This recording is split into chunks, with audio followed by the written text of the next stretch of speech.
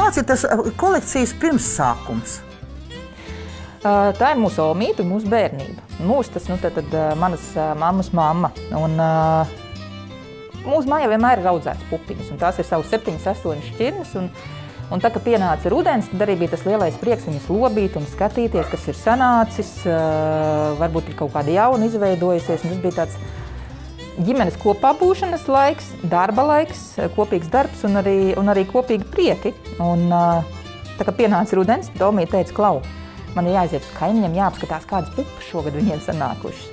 Un tad bieži vien kaimiņos viņa aiznes, kas viņai jauns, dabūja, kas savukārt kaimiņienē jauns. Tā notika arī šī pupu maiņa un arī krāsu ir tā saucamās mazās kolekcijas pieaudzēšana. Un, protams, ka braucot uz tirdziņiem, mēs arī redzam, ka rekur kādai tantei ir vēl krāsa, kas mums nav, un tā jau vien gribās nopirkt. Un tā tas aiziet un aiziet. Un redzot, ka mums ir daudz savukārt kādas citas tantes, kas varbūt vairs nevar un nespēja paši audzēt to mīļo šķirni, vai arī ļoti labprāt padalās, tad arī mums atnesa, rekur šitādas jums nav noteikti. Un tā tas šobrīd ir izaudzis līdz aptuveni kādām 50, 60 stabilām šķirnēm. Pupiņa savā būtībā ir tāda morāli nenoturīgs augs.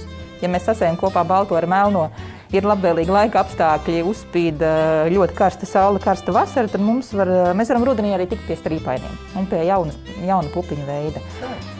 Tieši tā ir dabīgā selekcija, un arī tas ir tas, kāpēc pupiņas tik ļoti patīk un kāpēc viņas arī audzējot, mēs gūstam to vēl vienu prieku, tas ir radīt prieks. Kas tad ir tā, ko mēs varam teikt, kas mums tā izsens ir Latvijā augušas? Kuras pupiņas? Latvieši un latviešu virtuvē mēs ļoti cienam miltainās pupiņas. Un par tām miltainajām pupiņām tiek uzskatītas visas šīs te pinto tipa pupiņas. Tās ir šīs ar strīpiņām un punktiņiem. Tās ļoti labi padodās pie mums, viņas ienākas ātrāk kā visas citas, līdz ar to arī, ja pagadās lietaināka vasara, mēs viņas varam labi izaudzēt, un tos arī mūsu cilvēki ir iecienījuši, tieši šos te veidus. Un daudz runājot ar pupiņu audzētājiem, mēs esam novērojuši, ka ir viens pupiņu veids, kas pilnīgi noteikti ir katrā saimniecībā. Un tā kā tas arī bija mūsu omītei, tad mēs viņus esam iesaukuši par omīšu pupām. Un tās ir šīs te brūnās ar vienkāršo brūno strīpiņu. Interesants mums ir ļoti daudz šķirnes, bet ar tādas ar īpaši pievienoto vērtību. Par tādām mēs uzskatām tās, kas ir viss senāk audzētās, kur mums arī tas, kas ir šķirne devis, var teikt, ka šo es audzēju visu mūžu. Un tātad bez omas pupiņām otras tādas ir šīs te cīreļoliņas.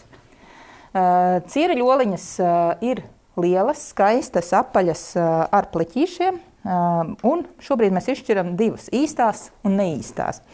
Un tātad par īstajām tiek uzskatītas tieši garās kāršu pupas. Viņas saucās arī mazās kāršu pupas, mazās garās kāršu pupas. Un,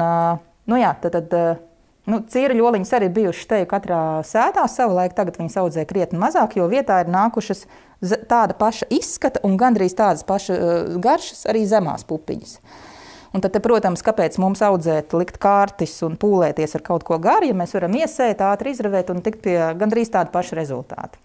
Un tas ir arī tas, kāpēc tieši šīs te garās pupiņas šobrīd, gan Latvijā, gan arī visā pasaulē ir mazliet, varētu teikt, tādas kā pamestas novārtā, lai nelietot vārdu apdraudētas. Patiesībā pirms vēl mēs latvieši tikām pie šīm te skaistajām krāsām un zemajām dārza pupiņām, mūsu ikdienas barība bija cūku pupas. Arī tās ir vairāku krāsu un vairāku veidu, bet principā, ja mēs runājam par vissenākām, tad vispirms latvieši sāk ēst cūku pupas, un tikai pēc tam mums ienāca šīs te mazās zemās pupiņas. Un te es varbūt, piemēram, varu minēt šīs te 3 pupiņas, kas no skatu ir necils, bet, ja redzēsiet, tad šis te melnais pleķis ļoti, ļoti atgādina gan eņģeli, gan krustu, gan bezdelīgu, gan riteņbraucēju, citi teiks motociklistu.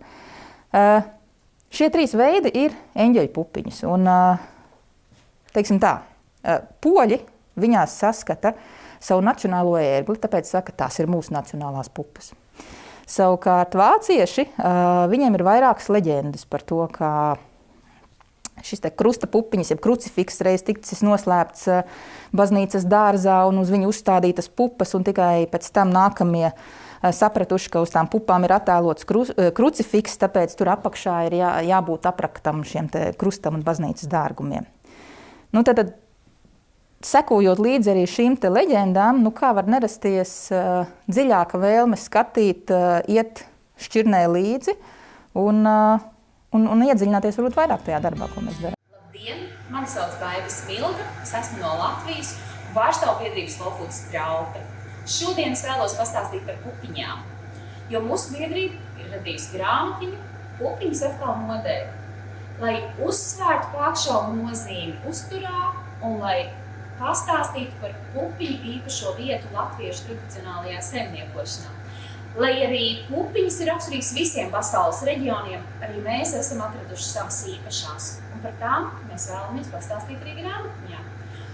Šodien mēs pagatavosim savādāku sautējumu, ne tik ierastu, jo šajā grāmatiņā mēs vēlējāmies paskatīties uz pupiņu receptēm netradicionālāk, mūsdienīgāk, ar savādākām garšu kombinācijām. Tāpēc šodien mēs pagatavosim sautējumu ar pupiņām un riekstiem. Mēs atrodamies Žagarkalnā, slēpošanas kalnā, kur sezona rit pilnā svarā, un galvenais, lai ēdiens slēpotājiem būtu sātīgs, smaržīgs un pikants. Tieši tāds būs mūsu sautējums.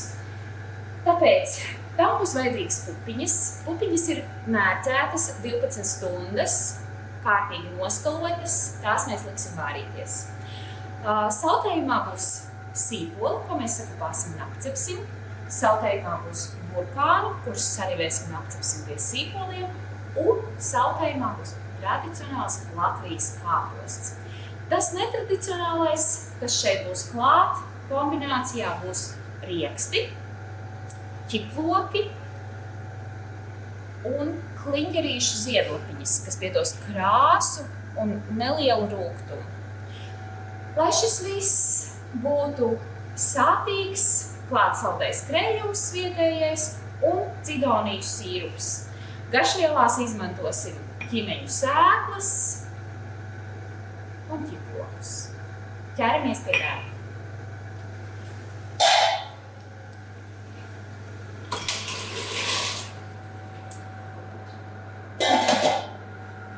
Kamēr pupiņas vārīsies, mums ir jāsakopā sīpoli. Mums ir sagatavots sīpoli. Tos mēs varam uzkarsētājā.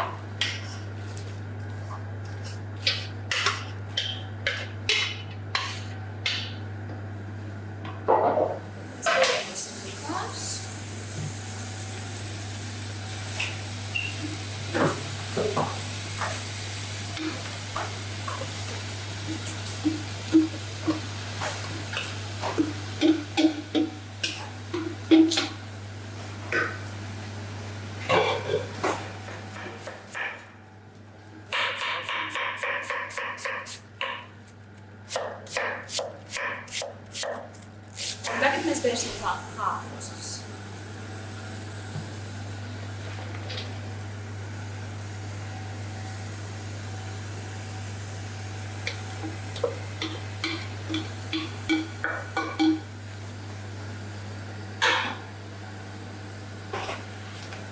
Tagad pievienosim cidoniju sīrupu.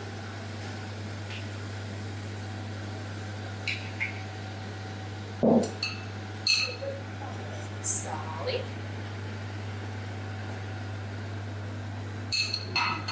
Uzliksim klāt, nogriezīsim uguni.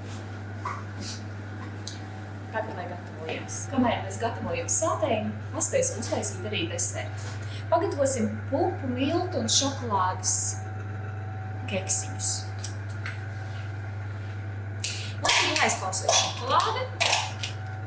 Un tagad mēs liksim šokolādi kausēties karstā ūdens peldē. Kamēr šokolāde karsējās, sakuls olas.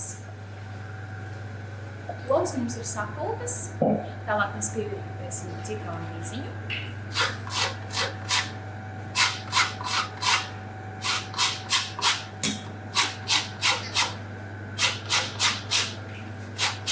Pievienosim citronu suliņu.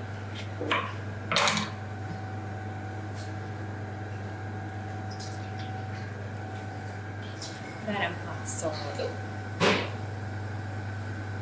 Uzpēkātīt.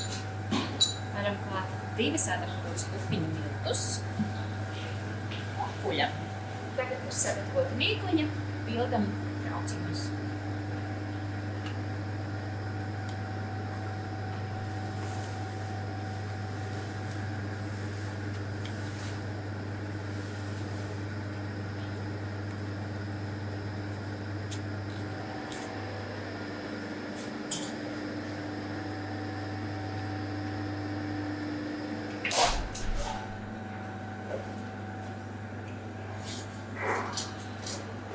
Un tagad vēl nedaudz šokolādi pa virsu.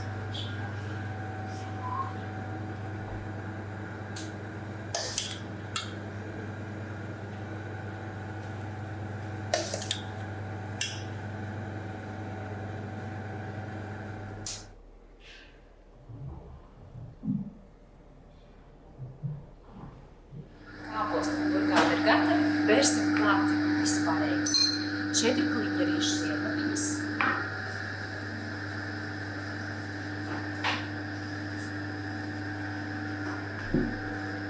Loki.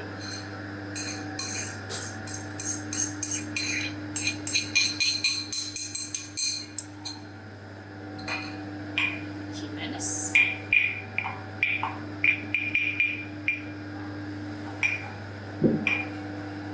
Rieksti. Un pats galvenais – pufas. Pufas ir gatavs izvārījušās.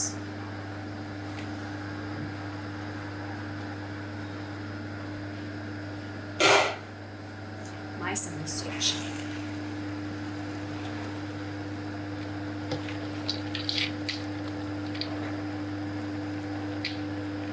Tā.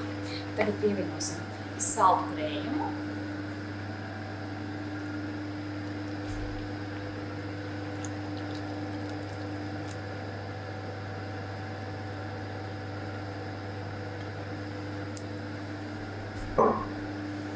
Viss samaisam un atstājam vēl uz 10 minūtēm vārīties.